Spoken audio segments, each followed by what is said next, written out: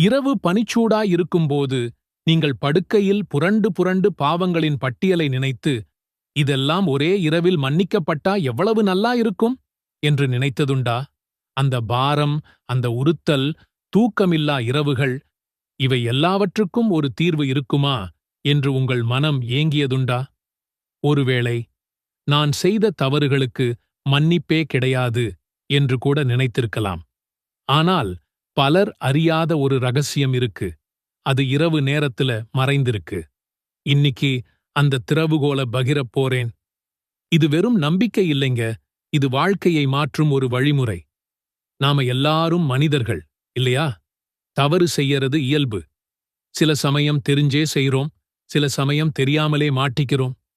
ஆனால் இந்த தவறுகள் மனசுக்குள்ள ஒரு எடை மாதிரி. அந்த எடை நாளாக நாளாக அதிகமாகி உங்களுக்குள்ளேயே மூச்சு முட்ட வைக்கும். ஒரு கட்டத்துல இந்த பாரம் நம்மளை எங்கேயோ இழுத்துட்டு போற மாதிரி ஒரு உணர்வு ஏற்படும். சிலர், நான் 4 வருஷமா தொழுகையில்ல, என்னை அல்லாஹ் மன்னிக்க மாட்டான் என்று நினைச்சு கவலையோடு தூங்கப் போவாங்க. அந்த எண்ணம் அவங்க மனசை அரிச்சுக்கிட்டே இருக்கும். இன்னும் சிலர், நான் நேற்றுதான் ஒரு பெரிய பிழை பண்ணிட்டேன், இனி என்ன ஃபேஸ் பண்ணி அவரை கேட்கிறது என்று நினைச்சு தூக்கமே வராம கண்விழிப்பாங்க. அந்த குற்ற உணர்வு, விரக்தி, தனிமை, இதுதான் பல பேரோட நிஜம்.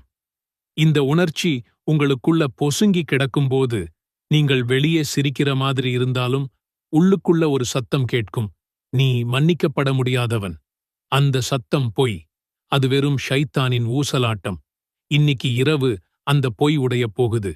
நீங்கள் ஒருபோதும் மன்னிக்கப்பட முடியாதவர் இல்லை. அல்லாஹ் மன்னிப்பவன். ஆனால் அந்த மன்னிப்பை எப்படி பெறுவது என்பதுதான் கேள்வி. இரவு நேரம் குரான்ல வக்த்னு சொல்லப்படும். இது அல்லாஹ் அருகில் மிக நெருக்கமான நேரம். பகல் நேரத்துல 1000 வேலைகள், கவனச் சிதறல்கள். ஆனா இரவு அமைதி, தனிமை, இறைவனோடு பேச ஒரு தனி வாய்ப்பு. இரவின் கடைசி பகுதியில் பிரார்த்தனை இறங்கும் என்று அல்லாஹ் சொல்லியிருக்காரு.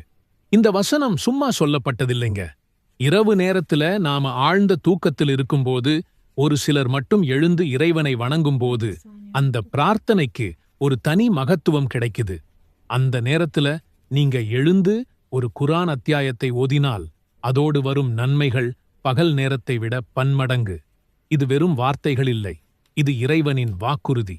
இதுக்கு நேரடி உதாரணம் நபி ஸல்லல்லாஹு அலைஹி வஸல்லம் அவர்கள் தாஜா இப்னு சைத்தை காட்டி, யாசீனை இரவில் ஓதுறவனை அல்லாஹ் மறுநாள் காலை வரைக்கும் மன்னிச்சுடறான் என்று சொன்னதாக திர்மிதியில் வருது. இதைத்தான் பல ஆலிம்கள் ஒரே இரவில் பாவ மன்னிப்புக்கு ஆதாரமா எடுத்துக்கிறாங்க. இது ஒரு சாதாரண மன்னிப்பு இல்லைங்க, இது ஒரு முழுமையான மன அமைதியை தரும் மன்னிப்பு. குர்ஆனோட இதயம்னு இத சும்மா சொல்லலை. இது 36வது அத்தியாயம், 83 வசனங்கள். இது எவ்வளவு முக்கியம்னா, நபி ஸல்லல்லாஹு அலைஹி வஸல்லம் அவர்களே இதை குர்ஆனோட இதயம்னு சொல்லியிருக்காங்க. சில அறிஞர்கள் இந்த ஹதீஸோட அறிவிப்பாளர் பத்தி பேசினாலும் கோடிக்கணக்கான முஸ்லிம்கள் இதோட சக்தியை உணர்றாங்க. ஏன் தெரியுமா? ஏன்னா நம்ம உடம்புக்கு இதயம் எப்படி ரத்தத்தை பாய்ச்சுதோ அதே மாதிரி சூரா யாசீன் இஸ்லாத்தோட மையக் கருத்துக்களான அல்லாஹ்வின் ஏகத்துவம், மறுமை வாழ்க்கை போன்றவற்றை நம்ம மூளைக்குள்ள பாய்ச்சுது. நாம எல்லாரும் தப்பு பண்றோம். ஆனா அந்த குற்ற உணர்ச்சியோடையே வாழணுமா? தேவையே இல்லை. ஒரு நபிமொழி என்ன சொல்லுது தெரியுமா? யார் ராத்திரியில அல்லாஹ்வுக்காக மட்டும் சூரா யாசீனை ஓதுறாரோ அவரோட பாவங்கள் மன்னிக்கப்படுது. அடடா, ஒரு புது தொடக்கம். அல்லாஹ்வின் கருணையை நாடி அவனுடைய வார்த்தைகளை ஓதுவது பாவ மன்னிப்புக்கு ஒரு சரியான வாய்ப்பு. உங்க ஒவ்வொரு நாளையும் ஜெயிக்கணுமா? அப்போ காலையில எந்திரிச்சதும் முதல் வேலையா சூரா யாசீன ஓதுங்க. அன்னைக்கு முழுக்க உங்க தேவைகள் எதுவா இருந்தாலும் அதுதானா நிறைவேற்றப்படும்னு சொல்லப்படுது. சில அறிவிப்புகள் பலவீனமானவை என அறிஞர்கள் கூறினாலும் ஒரு விஷயத்தை யோசிங்க. உங்க நாள் இறைவனோட வார்த்தைகளோட தொடங்குனா அதைவிட பெரிய பாதுகாப்பு என்ன இருக்கு? உங்க லிஸ்டை அல்லாஹ் கிட்ட கொடுங்க, மிச்சத்தை அவன் பார்த்துப்பான். வாழ்க்கையோட மிக கடினமான ஒரு தருணம், மரணம். அந்த நேரத்துல கூட சூரா யாசீன் ஒரு மிகப்பெரிய ஆறுதலா இருக்கு. மரணப்படுக்கையில இருக்கிறவங்க பக்கத்துல இதை ஓதும்போது அவங்களோட வேதனை குறையும்னும் அல்லாஹ்வின் அருள் இறங்கும்னும் நம்பப்படுது. மரணிக்கப் போகிறவர்கள் மீது சூரா யாசினை ஓதுங்கள் என்று ஒரு நபிமொழி வழிகாட்டுகிறது. அந்த கடைசி நிமிடத்துல கிடைக்கிற இதைவிட பெரிய பரிசு என்ன இருக்க முடியும்? ஒரு நிமிஷம் வெறும் வார்த்தைகளை ஓதுறது லெவல் 1 தான். இதோட உண்மையான சக்தியை நீங்க அடையணுமா? அப்போ இதோட அர்த்தத்தை புரிஞ்சுக்கணும். இது வெறும் மந்திரம் இல்ல, இது ஒரு வார்னிங். ஒரே ஒரு இறை தூதரை நம்பாத காரணத்துக்காக ஒரு ஊரே அழிக்கப்பட்ட கதை இதுல இருக்கு. காய்ஞ்சு போன நிலத்திலிருந்து பயிரை உருவாக்குற அல்லாஹ்வின் சக்தியை இது காட்டுது. சூரியனையும் சந்திரனையும் அதனதன் பாதையில நீந்த வச்சிருக்கிற பிரபஞ்ச அதிசயத்தை நமக்கு ஞாபகப்படுத்துது. கடைசியா நாம எல்லாரும் எழுப்பப்பட்டு கேள்வி கேட்கப்படுவோம். அந்த உண்மையை முகத்துல அரைஞ்ச மாதிரி சொல்லுது. ஆக சூரா யாசீன் ஒரு சாதாரண அத்தியாயம் இல்லை. பாவ மன்னிப்பு, தேவைகள் நிறைவேற, கஷ்டமான நேரத்துல ஆறுதல் கிடைக்க எல்லாமே இதுக்குள்ள இருக்கு. நான் உங்களுக்கு கொடுக்கிற ஒரே சேலஞ்ச் இதுதான். இன்னையிலிருந்து சூரா யாசீன் அர்த்தம் தெரிஞ்சு ஓதுங்க. அதை உங்க வாழ்க்கையில செயல்படுத்துங்க. குர்ஆனோட இதயம் உங்க இதயத்தை மாத்தட்டும். எல்லாம் வல்லல்லாஹ் நமக்கும் நம்ம சந்ததியினருக்கும் குர்ஆனோட ஒரு நெருங்கிய தொடர்பை ஏற்படுத்தி தருவானாக. ஆமீன். 83 வருஷம் தொடர்ந்து நோன்பு வைத்தால் கிடைக்கும் நன்மையை ஒரே இரவில் கொடுத்து விடுவேன். இப்படி ஒரு வாக்குறுதியை அல்லாஹ்வே கொடுத்திருக்கிறான் என்றால் அந்த இரவுக்கு எவ்வளவு பெரிய மதிப்பிருக்கும்னு யோசிச்சு பாருங்க. ஆம் அன்பானவர்களே, நான் பேசுறது 1000 மாதங்களை மிஞ்சும் அந்த லைலத்துல் கத்ர் இரவை பற்றித்தான். இந்த ஒரு இரவை நாம சும்மா மிஸ் பண்ணிட்டோம்னா நம்ம வாழ்க்கையில எவ்வளவு பெரிய இழப்பு ஏற்படும்னு தெரியுமா?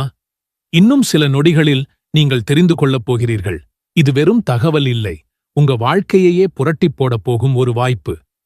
ரமலான் மாதத்தின் கடைசி 10 இரவுகள் நம்மை நோக்கி வேகமா வந்துகிட்டு இருக்கு. இந்த ஒவ்வொரு நொடியும் விலைமதிப்பற்றது. இந்த 10 இரவுகளில்தான் நாம் எல்லாரும் தேடிக்கொண்டிருக்கும் அந்த பொக்கிஷம் ஒளிந்திருக்கு. அதுதான் லைலத்துல் கத்ர், கண்ணியமிக்க இரவு. இந்த வீடியோவில் நாம் பார்க்கப் போவது வெறும் 5 வசனங்கள் மட்டுமே கொண்ட சூரத்துல் கத்ர் எப்படி நம்முடைய வாழ்க்கையை, நம்முடைய மறுமை வாழ்வை, நம்முடைய ஆன்மீக உலகை அடியோடு மாற்றியமைக்கப் போகுதுன்னு தான். இந்த வாய்ப்பை நீங்க கண்டிப்பா தவறவிடக்கூடாது. ஏன்? வாங்க, இந்த அற்புதமான பயணத்தை நாம இப்போதே ஆரம்பிக்கலாம். நம்ம எல்லோர் மனசுக்குள்ளேயும் ஒரு பாரம் இருக்குங்க, இல்லையா?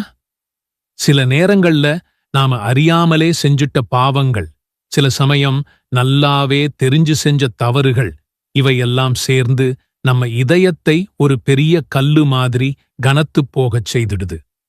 ஒரு ஹதீஸில் நம்முடைய அன்பு தூதர் முஹம்மது நபி ஸல்லல்லாஹு அலைஹி வஸல்லம் அவர்கள் என்ன சொல்றாங்க தெரியுமா? ஒரு மனிதன் தன் பாவங்களை சுமந்து கொண்டு என்னிடம் வருகிறான். அவன் லைலத்துல் கத்ரில் நின்று நம்மிடம் மன்னிப்பு கேட்டால் அல்லாஹ் அவனை மன்னித்து விடுவான். எவ்வளவு பெரிய நற்செய்தி இது! இந்த இரவு நமக்கு ஒரு ரீசெட் பட்டன் மாதிரி. நம்ம கம்ப்யூட்டர் ஹேங் ஆகும்போது ஒரு ரீசெட் பண்ணா எல்லாம் புதுசா ஆரம்பிக்குது இல்லையா? அதே மாதிரி நம்முடைய பாவங்களையெல்லாம் ஒரே இரவில் டெலிட் பண்ணி நம்மை ஒரு புதிய பக்கத்துல சுத்தமான மனசுடன் தொடங்க வைக்கிறோம். இரவுதான் இந்த லைலத்துல் கத்ர். நம்ம வாழ்க்கையில இவ்வளவு பெரிய வாய்ப்பு வேறெப்போ கிடைக்கப் போகுது. ஆனா இங்கதான் ஒரு பெரிய பிரச்சனை இருக்குங்க. இந்த இரவோட மகத்துவத்தை நாம புரிஞ்சுக்க முடியாம அல்லது தெரிஞ்சும் ஒரு அலட்சியமான மனப்பான்மையோட நாம இதை சாதாரணமாக கடந்து போயிடுறோம். குர்ஆனின் 97வது அத்தியாயம் வெறும் 5 வசனங்கள். ஆனா இந்த 5 வசனங்களுக்குள்ள அல்லாஹ் எவ்வளவு பெரிய பொக்கிஷத்தை ஒளிச்சு வச்சிருக்கான்னு தெரியுமா? நம்ம வாழ்க்கையை தலைகீழா மாத்தக்கூடிய ஒரு இரவின் ரகசியத்தை இந்த சூறாதான் நமக்குச் சொல்லுது. வாங்க, ஒவ்வொரு வசனத்தையும் நாம கொஞ்சம் ஆழமா பார்க்கலாம். நிச்சயமாக நாம் அதை குர்ஆனை கண்ணியமிக்க லைலத்துல் கத்ர் என்ற இரவில் இறக்கினோம். இங்கு அதைன்னு சொல்றது எதை? நம்ம வாழ்க்கைக்கு ஒளி தரும், நமக்கு வழிகாட்டும் புனித குர்ஆனைத்தான். இந்த குர்ஆன் வெறும் வார்த்தைகள் இல்லைங்க, அது அல்லாஹ்வுடைய நேரடியான அருள், வழிகாட்டுதல், ஒரு நோய்க்கு மருந்து. அதை இந்த லைலத்துல் கத்ர்ல இறக்கினான்னா இந்த இரவுக்கு எவ்வளவு பெரிய மதிப்பு இருக்கணும்னு யோசிச்சு பாருங்க. அல்லாஹ் இந்த இரவை தேர்ந்தெடுத்து தன்னுடைய இறுதி செய்தியை இந்த பூமிக்கு அருளியிருக்கான். இதுவே இந்த இரவின் மகத்துவத்துக்கு ஒரு பெரிய சாட்சி இல்லையா? மேலும் கண்ணியமிக்க இரவு என்ன என்பதை உமக்கு அறிவித்தது எது? கண்ணியமிக்க அந்த இரவு 1000 மாதங்களை விட மிக்க மேலானதாகும். அதில் மலக்குகளும் ஆன்மாவும் ஜிப்ரீலும் தம் இறைவனின் கட்டளையின்படி நடைபெற வேண்டிய சகல காரியங்களுடன் இறங்குகின்றனர். சாந்தி நிலவியிருக்கும். அது விடியற்காலை உதயமாகும் வரை இருக்கும். இந்த இரவுல வானங்கள் திறக்கப்பட்டு மலக்குகள் கூட்டம் கூட்டமா பூமியை நோக்கி இறங்கி வருவாங்க. அவங்க சும்மா வரதில்லை. அல்லாஹ்வுடைய அருளையும் அமைதியையும் நம்ம பாவங்களுக்கு மன்னிப்பையும் சுமந்துகிட்டு வருவாங்க. இந்த மலக்குகள் நம்மள சுத்தி வந்து நம்ம அமல்களை பார்த்து நமக்காக துஆ செய்வாங்கன்னு நினைக்கும்போது எவ்வளவு சந்தோஷமா இருக்கு. ரூஹ்ங்கிறது ஜிப்ரீல் அலைஹிஸ்ஸலாம் அவர்களை குறிக்குது. மலக்குமார்களின் தலைவர், அல்லாஹ்வுக்கும் நபிமார்களுக்கும் இடையே தூதுவராக இருந்தவர். அவரே இந்த இரவுல இறங்கி வர்றாருன்னா இந்த இரவோட முக்கியத்துவம் என்னன்னு புரிஞ்சுக்கலாம். அவங்க எதுக்காக வர்றாங்க? அல்லாஹ்வோட கட்டளைகளை நிறைவேற்ற, இந்த பூமியில் அமைதியை பரப்ப, நம்பிக்கையாளர்களுக்கு அருள் புரிய. இது மனிதர்கள் உருவாக்குன ஒரு விஷயம் இல்லை. அல்லாஹ்வோட நேரடியான கட்டளை, அவனோட அனுமதி இல்லாம ஒரு தூசி கூட அசையாதுங்க. அப்படி இருக்கும்போது இந்த இரவோட ஒவ்வொரு அம்சமும் அல்லாஹ்வோட நேரடி கண்காணிப்புல அவனோட அருளால நடக்குது. இது இந்த இரவின் புனிதத்தன்மையையும் அதோட அதிகாரத்தையும் இன்னும் வலுப்படுத்துது. அல்லாஹ்வுடைய சக்திக்கும் அவனுடைய கருணைக்கும் இது ஒரு மிகப்பெரிய சான்று. சூரத்துல் கத்ரை குறைந்தது 3 முறை ஓதுங்க. வெறுமனே ஓதுறது மட்டும் இல்லைங்க, அதோட அர்த்தத்தை நினைவில் வச்சுக்கிட்டு அதோட ஆழமான கருத்தை உள்வாங்கி ஓதுங்க. இந்த சூறால அல்லாஹ் என்ன சொல்ல வர்றான், இந்த இரவோட மகத்துவம் என்னன்னு நீங்க உணரும்போது உங்க தொழுகையும் துஆவும் இன்னும் அர்த்தமுள்ளதா மாறும். குர்ஆனை திறந்து உங்களால முடிஞ்ச அளவுக்கு ஓதுங்க. ஒரு ஆயத் ஓதினாலும் அதோட அர்த்தத்தை சிந்திச்சு ஓதுங்க.